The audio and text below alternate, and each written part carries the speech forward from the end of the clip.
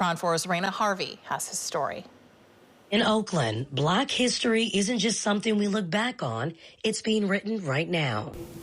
It was something that was instilled in me. At just 18 years old, Maximus Simmons is already shaping the future of this city. A senior at Oakland High School, a second-term student board member for OUSD, and the founder of the mayor's Youth Advisory Council, Maximus is proving that leadership does not have an age requirement. Mayor Barberly asked me to be on her transition team during her first 100 days in office. It was up to me to represent the youth, to make sure youth had a seat and to make sure youth had a voice. From raising thousands of dollars to supply under-resourced classrooms, to authoring a resolution prioritizing $1 million to restore and expand restorative justice programs in Oakland schools. His work centers one thing: youth voices. Why is it so important to take the ideas that young people like yourself have seriously?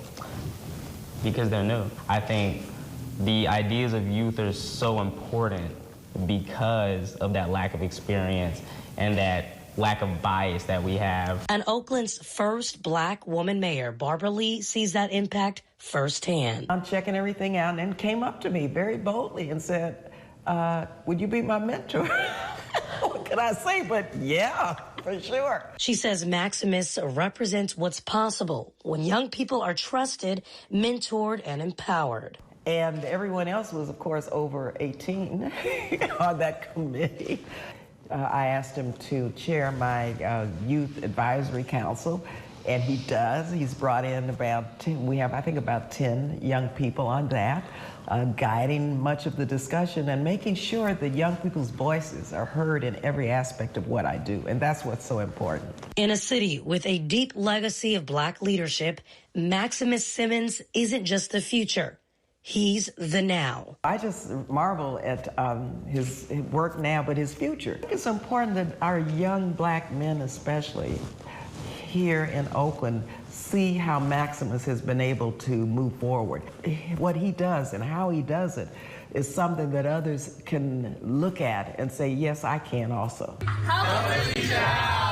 And his story is one Oakland and the next generation can see themselves in. Some dreams are too big for some people to understand, but you know, I feel like the more I do it, the more I go and the more I do this, the more people who tell me I might be president one day, and I've always wanted to be president. I'm Reyna Harvey reporting in Oakland, KRON 4 News.